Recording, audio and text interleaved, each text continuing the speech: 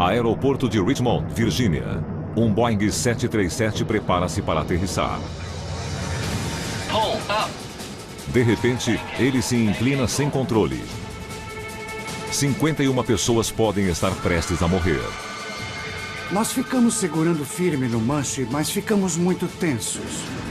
É o terceiro acidente bizarro envolvendo um 737 e que se tornaria o maior caso de investigação da história da aviação. Porque o Boeing 737, o avião mais usado do mundo, estava caindo do céu. Durante 6 longos anos, os investigadores continuam perplexos. Milhares de vidas poderiam estar em risco. Você sente mais falta quando alguma coisa é arrancada de você. O mistério do 737 poderá ser resolvido antes que mais pessoas morram?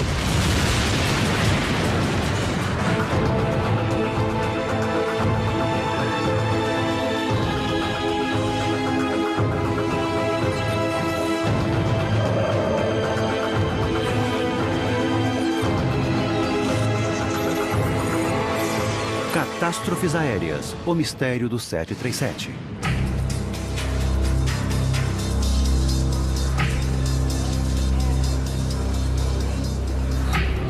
Trenton, 9 de junho de 1996, 7 da noite. Reconstituição. Brian Bishop é piloto da Eastwind Airlines há 4 anos.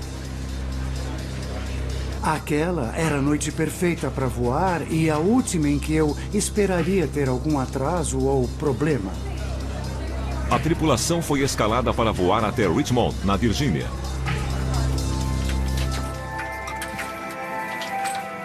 A aeronave é um Boeing 737, o avião mais popular do mundo. É ali, senhor. Voo 157 da Eastwind, decolagem liberada. Obrigado, torre. Voo 517, saindo. Na cabine com o comandante está o copiloto Spencer Griffin.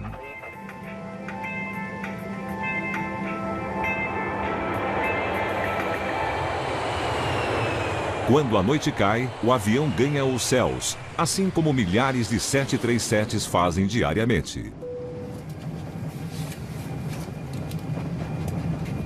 Depois de 87 minutos de voo, a aeronave aproxima-se do destino final, Richmond.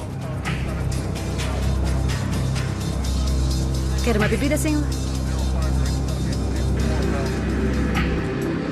Tudo parece estar normal.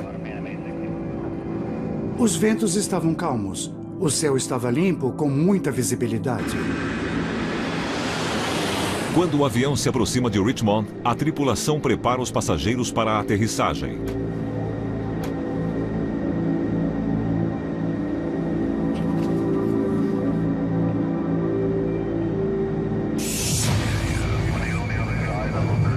Mas o avião enfrenta uma turbulência. O comandante Bishop pisa no controle do leme para alinhar a aeronave para o pouso. Ele espera que o avião vire levemente para a direita. Mas não é o que acontece. O avião se inclinou forte para a direita, em cerca de 90 graus. Eu até fui jogado contra a janela.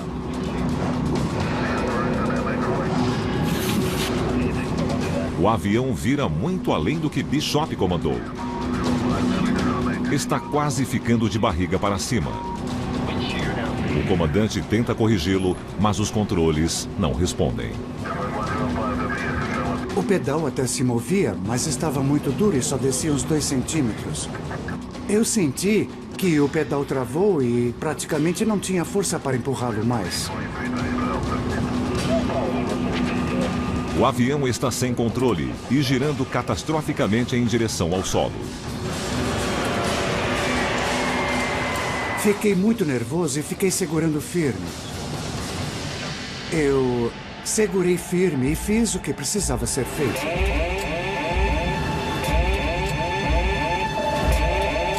Ele luta com os comandos, mas nada do que faz impede que o avião continue girando para a direita.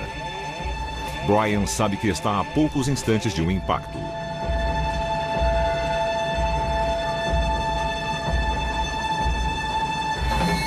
O que ele não sabe é que este problema já ocorreu antes em outro 737.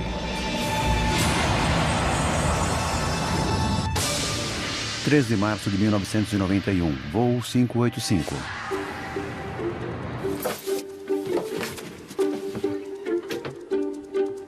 Cinco anos antes, o voo 585 da United Airlines está prestes a decolar para uma rápida viagem de Denver a Colorado Springs. A aeronave é um Boeing 737.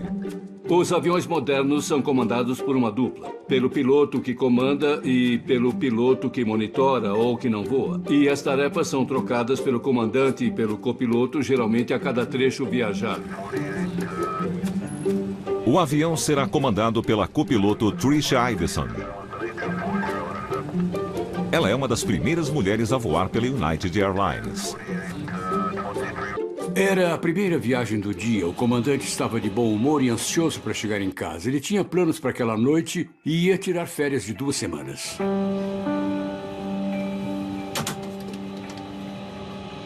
Durante a rota, a aeronave passará por cima das montanhas rochosas.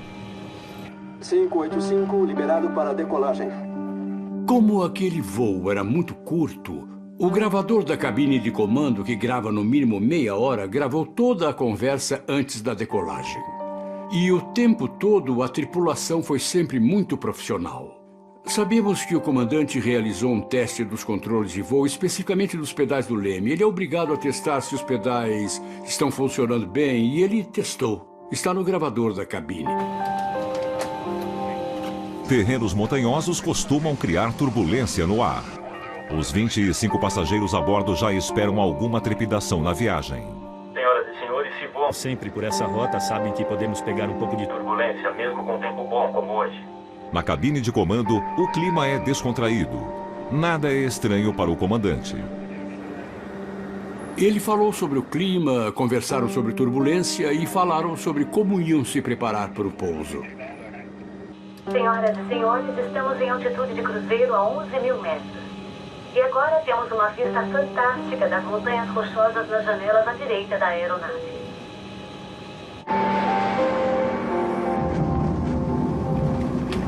Depois de apenas 20 minutos, o Boeing 737 inicia a aproximação final. Ainda não há nada indicando que algo pode dar errado. Para sua segurança, mantenham os cintos afivelados enquanto estiverem em seus assentos. A tripulação sabe que a aterrissagem será acidentada. É sempre assim nas montanhas. Isso é desconfortável para os passageiros. O comandante comentou que sempre tinha turbulência toda vez que ele pousava em Colorado Springs.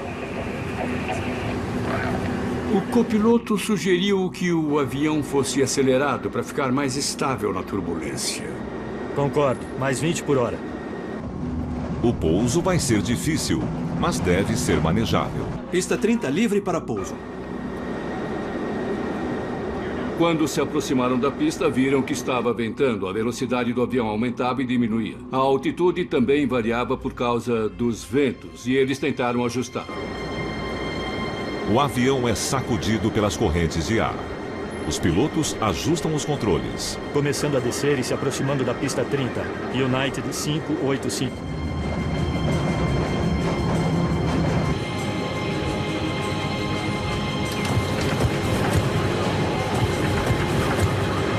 O comandante estava pensando se ia ou não pousar em segurança. Ele achava que estavam muito perto das montanhas e que estava ventando muito. Estavam a menos de 3 quilômetros do início da pista. Acho que vamos ter problemas para pousar. O avião balança tanto que existe o risco de os pilotos perderem a aproximação da pista. O procedimento normal seria dar a volta e alinhar o avião novamente. Não estava dando certo e eles resolveram abortar a aproximação. Queriam dar a volta para alinhar de novo. Estamos a 300 metros. Mas eles não têm esta oportunidade.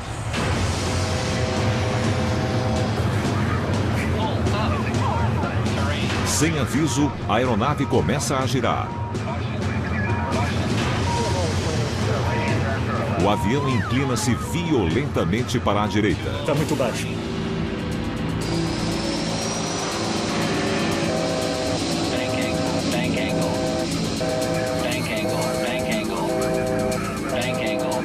Os pilotos tentam corrigir a aeronave, mas assim como no voo 517, os controles não respondem. Recolheram os flaps para 15. Flaps em 15. 15.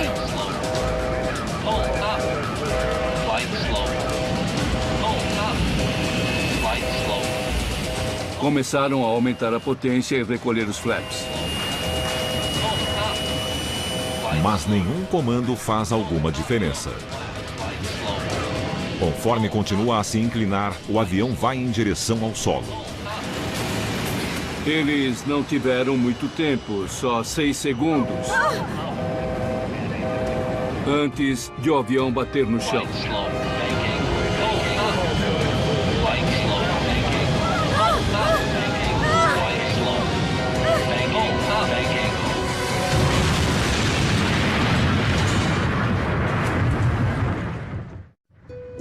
The 737 was only a few miles south of the Colorado Springs airport, coming in for a landing when it plunged from the sky, smashing into a small park surrounded on 3 sides by houses and apartments. Março de 1991. O voo 585 da United Airlines de Denver a Colorado Springs caiu a poucos quilômetros de seu destino. Todas as pessoas a bordo morreram instantaneamente. Gail Dunham ouve notícias sobre um acidente, mas não suspeita que seu marido, Hal Green, seja o piloto. Eu fiquei em choque. Eu sabia que tinha sido um acidente fatal, mas não fazia ideia de que Hal estivesse nele. Essa ideia nunca passou pela minha cabeça.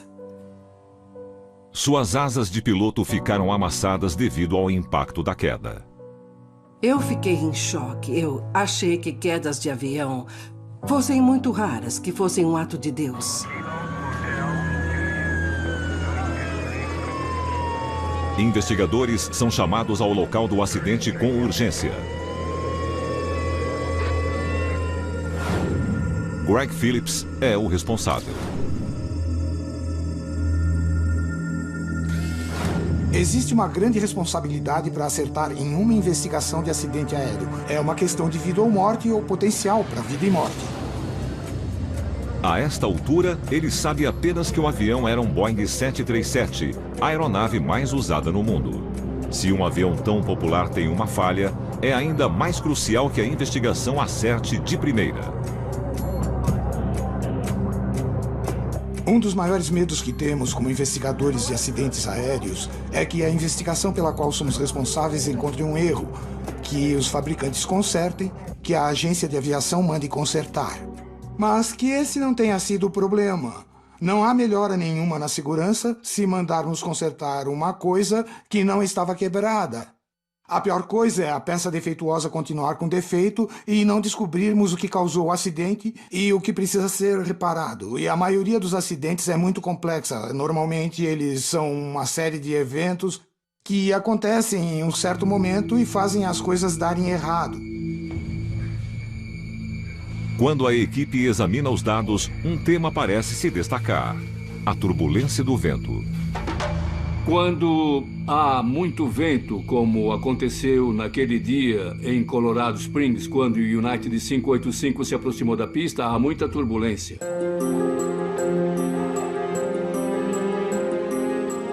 A região ao redor de Colorado Springs é famosa por um tipo específico de turbulência causada pelas ondas de montanha. Direção do vento. Correntes de ar rápidas que passam acima das montanhas geram uma série de redemoinhos verticais e vórtices. Eles podem ser fortes o bastante para virar um avião pequeno, mas seriam suficientes para virar um 737? Quando se aproximaram da pista, eles pegaram uma rajada de vento. Somente isso não explicaria o desastre. Os pilotos são treinados para lidar com este tipo de turbulência. Tem que haver algo mais.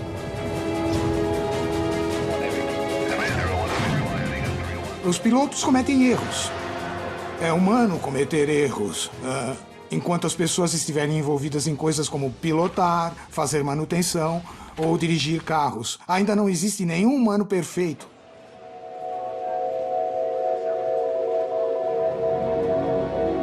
Mas depois de uma investigação com quase 2 anos de duração, a equipe de Philip conclui que nem a turbulência do vento e nem um erro humano explicam o acidente.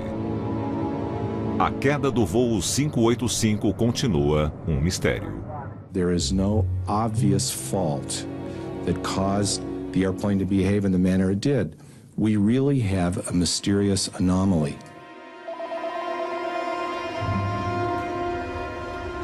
O voo 585 foi uma vergonha para o Conselho de Segurança dos Transportes. Eles divulgaram um relatório e a capa desse relatório dizia que o avião tinha caído por motivos indeterminados. É uma grande vergonha.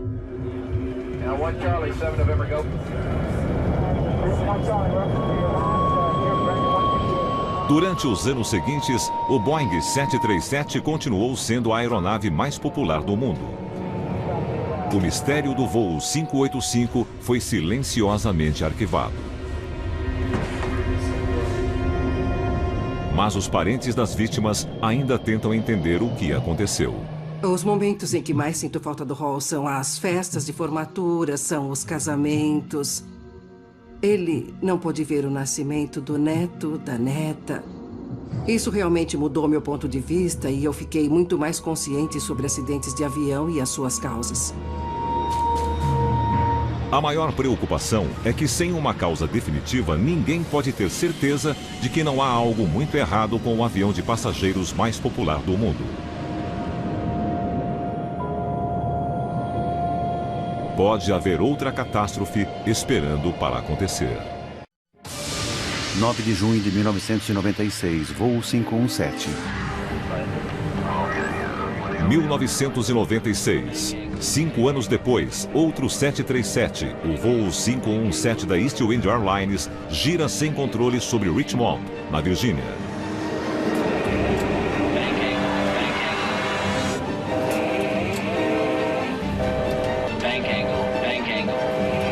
Assim como o voo 585, o avião inclina-se acentuadamente para a direita. O comandante Brian Bishop está lutando com os controles. O avião ficou praticamente na vertical, virado, desse jeito. E eu não conseguia trazer o avião de volta para a horizontal.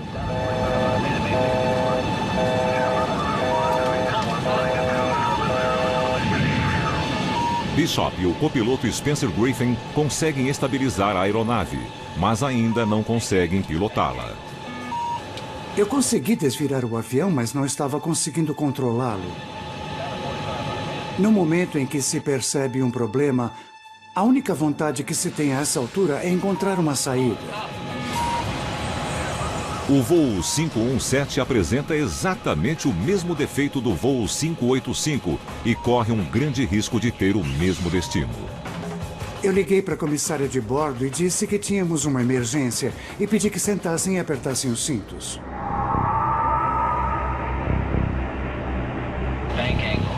E então, tão inesperadamente quanto travaram, os controles do leme destravam. Eles voltaram ao normal sozinhos. Não foi nada que a gente fez.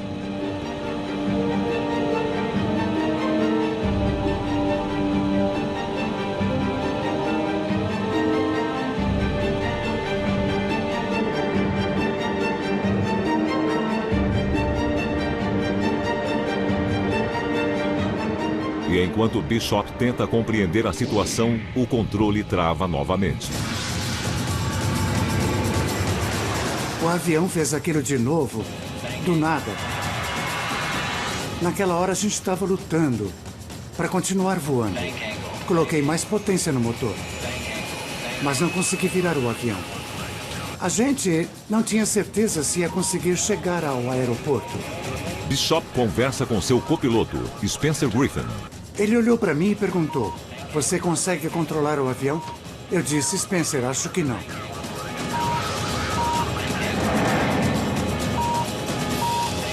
Eu falei: "Precisamos ir para longe das casas e dos prédios."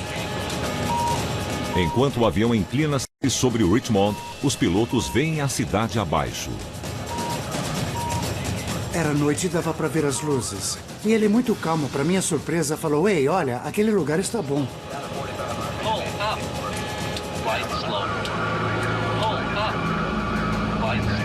Eles estão a momentos de um desastre. Será que o mistério de Colorado Springs acontecerá novamente? Nenhum dos pilotos sabia que outro acidente, quase 2 anos antes, havia sido causado pelo mesmo problema. Os investigadores imaginavam que a falha já havia sido consertada. 8 de setembro de 1994, voo 427.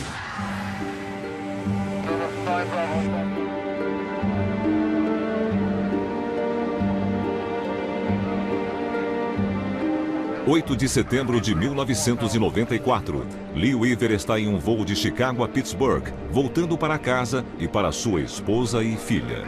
Meu pai voava muito, ele viajou o mundo todo. Seria mais fácil dizer os lugares para onde ele não foi.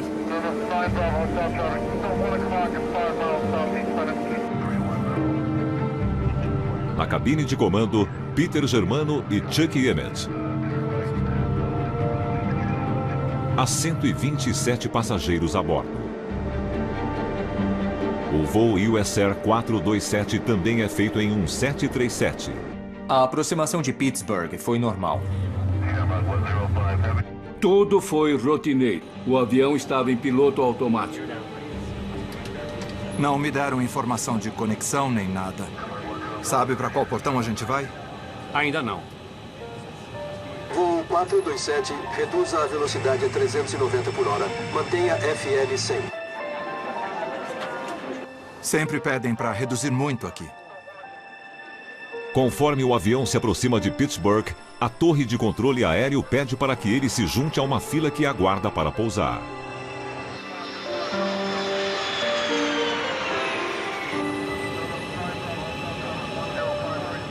US Air 427, curva à esquerda. Proa 100, tráfego à direita. 10 km ao norte, uma corrente de jato subiu para 1.500 metros.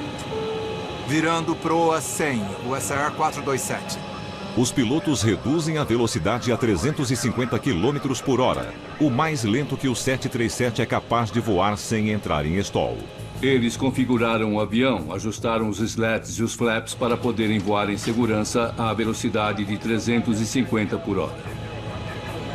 Deveria ser mais uma aterrissagem de rotina. Eles ouviram os controladores de tráfego falando com outros aviões. Tudo estava normal.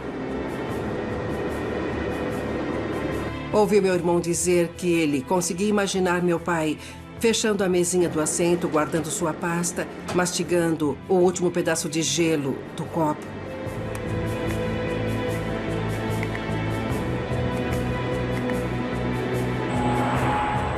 Quando o voo 427 junta-se à fila, entra em uma esteira de turbulência causada pelo avião à frente. 2 grandes solavancos ocorrem em sequência. O avião começou a se inclinar.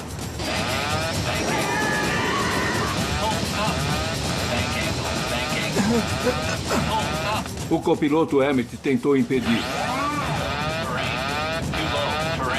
Mas os controles não respondem. E o avião continuou a virar para a esquerda. Alguma coisa estava errada. O que era? O comandante falou, segura. Oh, segura! Segura. Segura. Segura! De repente, o sistema que vibra o manche desligou. O voo 427 começa a cair. Eu não sei o que está acontecendo.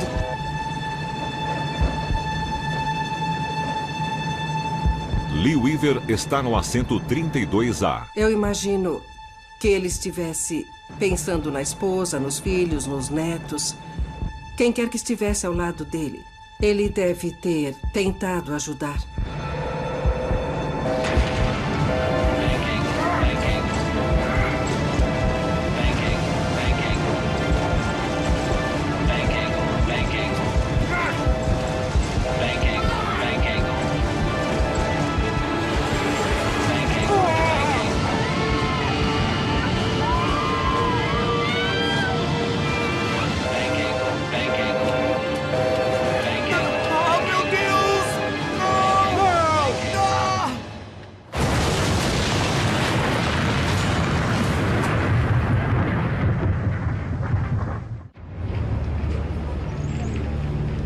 O voo 427 choca-se contra o solo a 480 km por hora, bem longe da pista de pouso. There are an estimated 135 casualties. Okay. That there are no survivors. No survivors, that's right. How bad is it up there? What have they said? I don't know. That's bad. I don't know if it can be any worse than that. O investigador de acidentes aéreos Malcolm Brenner é convocado. Ele logo começa a enxergar semelhanças com acidentes anteriores.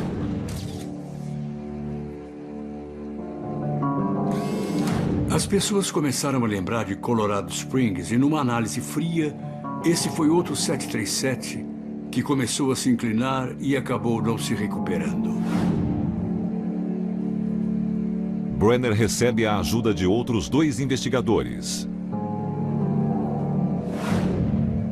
Greg Phillips, responsável pela apuração do acidente de Colorado Springs, e John Cox, um membro-chave da equipe de Greg. Quando cheguei ao local, estava escuro. Eu via um brilho laranja à distância. E quando olhei ao redor, percebi que tinha sobrado pouca coisa do avião. Eu vi restos dos corpos dos passageiros nas árvores. Comecei a andar num terreno mole e percebi que estava cheio de combustível. Era uma combinação de coisas muito ruins. Ninguém podia sobreviver àquilo. O avião bateu com muita força. A prioridade são os gravadores de dados do voo. A primeira tarefa da equipe é traçar um paralelo entre este acidente e o desastre de Colorado Springs. Os eventos nos aviões e as próprias aeronaves eram muito similares. Parecia existir uma ligação entre os 2 casos. Os investigadores precisam saber se a ligação aparente é real. E resolvem criar animações dos últimos momentos das 2 aeronaves. Em seguida, as executam lado a lado. O resultado é surpreendente.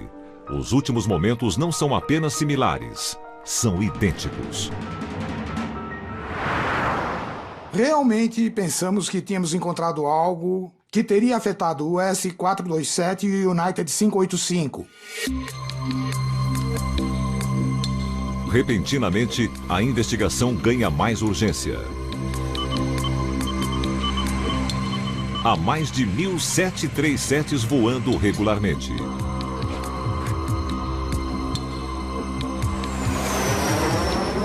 Esta falha poderia afetar todos eles? Foi uma catástrofe no pior sentido da palavra. Achamos quase impossível acreditar que aquilo era verdade. A equipe analisa as animações mais detalhadamente. Eles são capazes de indicar o exato momento em que as coisas dão errado nos 2 voos. Primeiro, os aviões entram em uma turbulência. Em seguida, giram sem controle. Algo misterioso que os pilotos não foram capazes de detectar e combater deu errado. Eu sabia que íamos precisar de todo mundo que pudesse ajudar, de investigadores treinados, e teria que ser imediatamente.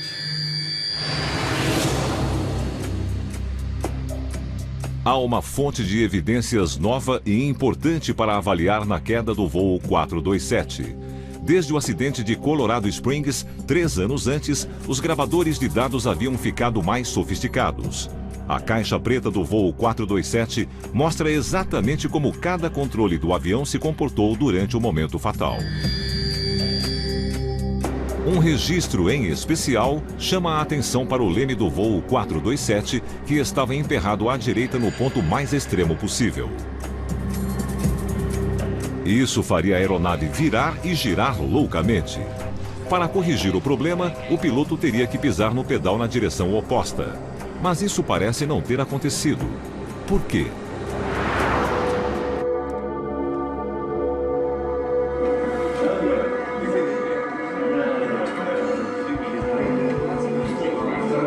O gravador da cabine de comando do voo 427 traz uma pista vital. O copiloto que estava no comando não disse muita coisa, mas deu 2 pequenos grunhidos.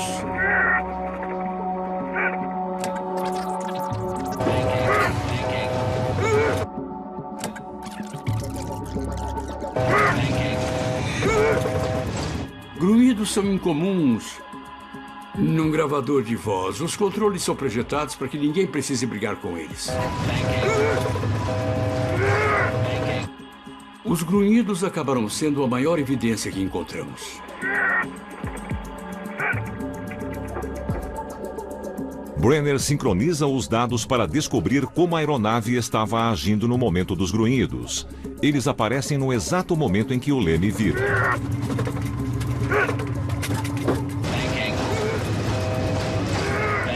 Brenner teve uma ideia. Ele supôs que o copiloto estava usando toda a sua força para controlar o leme, mas o leme não estava respondendo. Ele empurrou o pedal do leme com força, pisou no pedal do leme e ele não desceu. Ele colocou toda a força que conseguiu e ainda assim o pedal não desceu. Os grunhidos do copiloto sugerem que, apesar da falta de evidência física, pode ter ocorrido uma falha mecânica. A equipe examina o mecanismo que move o leme de ponta a ponta. Ele é baseado em um motor hidráulico conhecido como servoválvula. O fluido hidráulico entra e essa válvula vai para frente e para trás, com base nos comandos dos pedais do leme. Se a servoválvula falhar, o leme pode ficar emperrado. Os investigadores testam um sistema idêntico em todas as condições imagináveis. Mas ele não emperra, nem funciona mal. Foi frustrante porque nenhuma causa era descoberta. Tudo parecia ser padrão. O sistema do leme parecia estar funcionando normalmente. Eles têm uma teoria para o acidente, mas nenhuma prova sólida.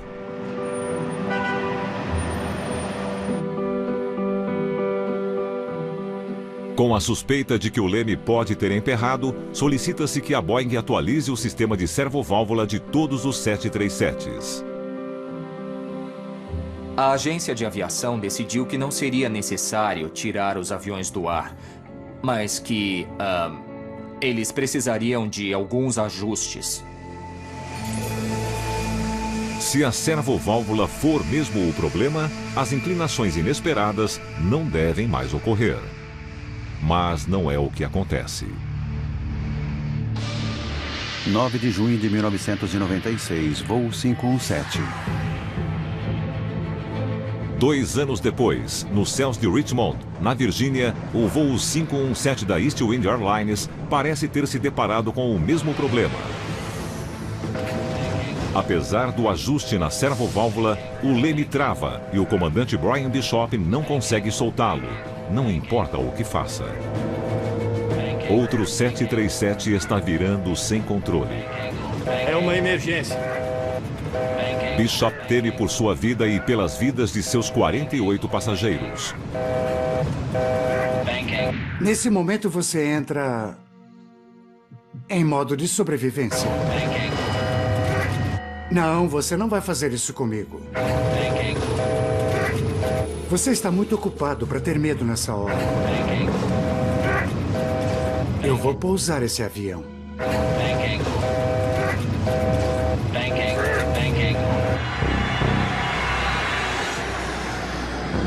Então os controles repentinamente destravam mais uma vez. A aeronave fica nivelada. É a segunda vez que os controles do leme travam e destravam em poucos segundos. Bom, mas eu não fiquei aliviado, não. Não tive tempo para analisar a situação e tentar achar uma saída.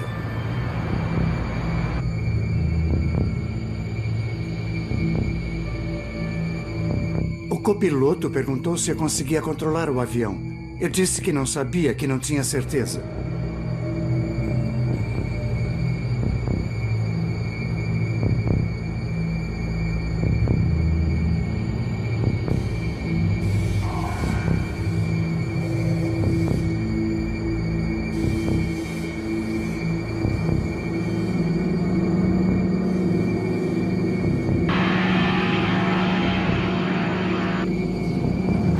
Minutos depois, o voo 517 aterrissa em segurança em Richmond, na Virgínia. Aquela foi a pior e a parte mais longa de todo o incidente.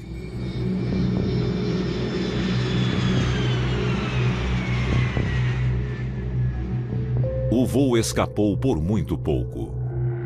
Imediatamente soa um alarme na indústria da aviação. Depois dos acidentes fatais de 1991 e 1994, os investigadores acreditavam ter identificado e resolvido o problema do 737. Mas eles estavam errados. O 737 volta a ser considerado perigoso.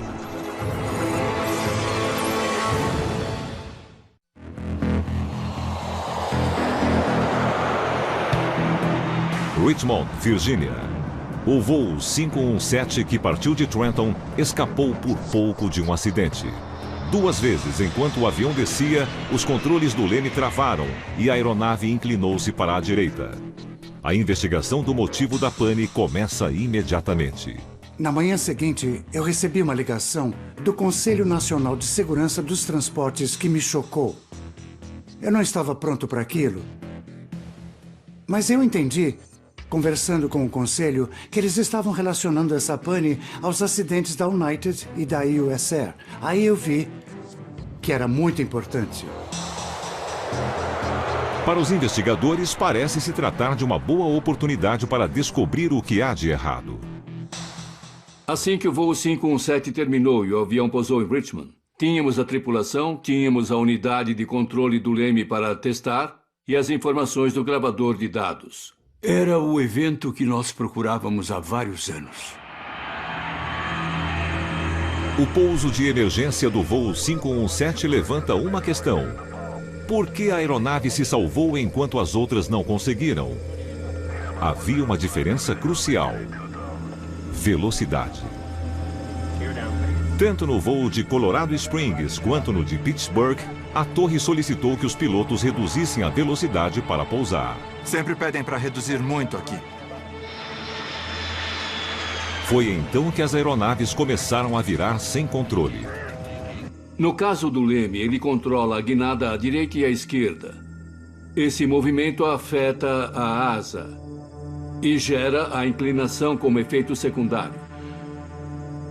No caso do US Air 427, o leme travou no limite e o avião se inclinou. Mas seria normal que o controle de rolamento, os ailerons e os spoilers fossem capazes de corrigir o erro para poder nivelar a asa. E era nisso que os pilotos, todos os pilotos de 737 acreditavam naquela época, incluindo eu mesmo. Mas à velocidade de 350 km por hora, os flaps da asa não têm efeito. O US Air 427 estava voando, como descobriram depois, na configuração mais vulnerável possível de velocidade e posição do flap. 350 por hora e flap 1. A 350 por hora, o leme no limite deixaria o avião sem controle. A investigação revela que a aeronave de Bishop estava viajando a uma velocidade maior quando se aproximou de Richmond, 460 km por hora. A esta velocidade, existe arrasto suficiente para que os ailerons e spoilers reconheçam e controlem um problema como um leme travado. Por isso, Bishop foi capaz de nivelar o avião. A velocidade foi o que salvou o voo 517. Eu adoraria dizer que eu fui um grande piloto, que fui um dos melhores pilotos do mundo e que salvei um avião. Mas a verdade é que eu contei com a sorte. E teria sido assim com a maioria dos pilotos. Mas ainda não há explicação de por que o leme travou.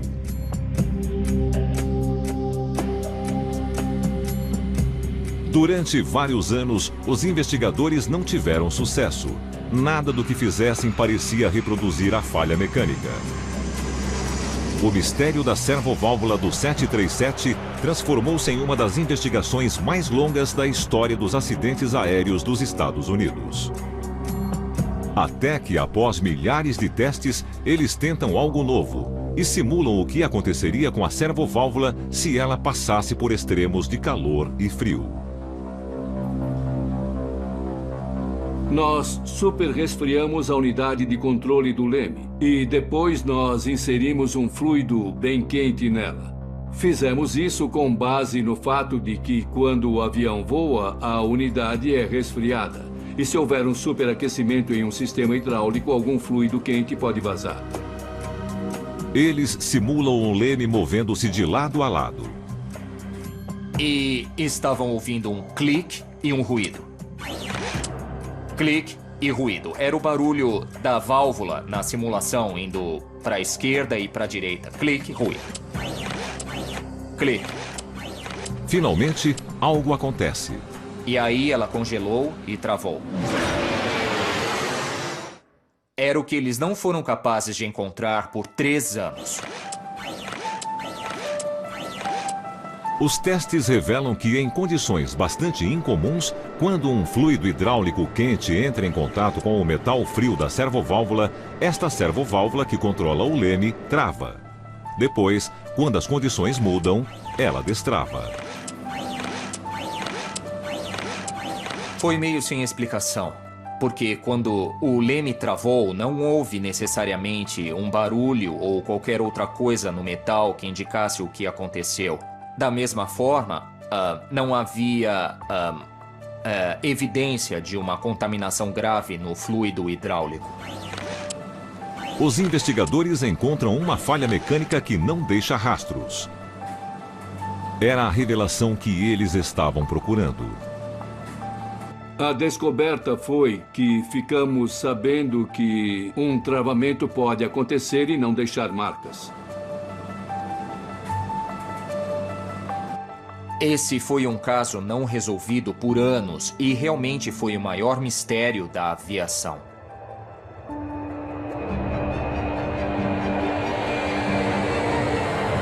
Desde 1996, na esteira desta investigação, a Boeing tem modificado e atualizado continuamente o mecanismo de controle da servoválvula do leme.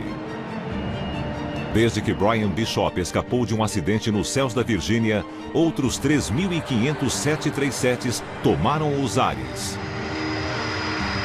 Nenhum deles sofreu um acidente devido a problemas no leme. Como resultado dos reparos que foram feitos, não tivemos mais relatos de qualquer anormalidade ou dificuldade com o leme. Parece que o problema foi resolvido. Versão brasileira, Vox Mundi.